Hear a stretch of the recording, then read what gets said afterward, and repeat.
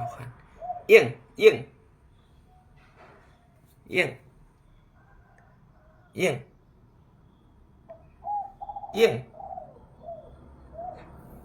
เอียงได้ยินไหมเอียงเอียงเรียกตอบแล้วนะครับเปิดบ้านแล้ว6 โมงนะครับตอนนี้6 โมง 5 นาที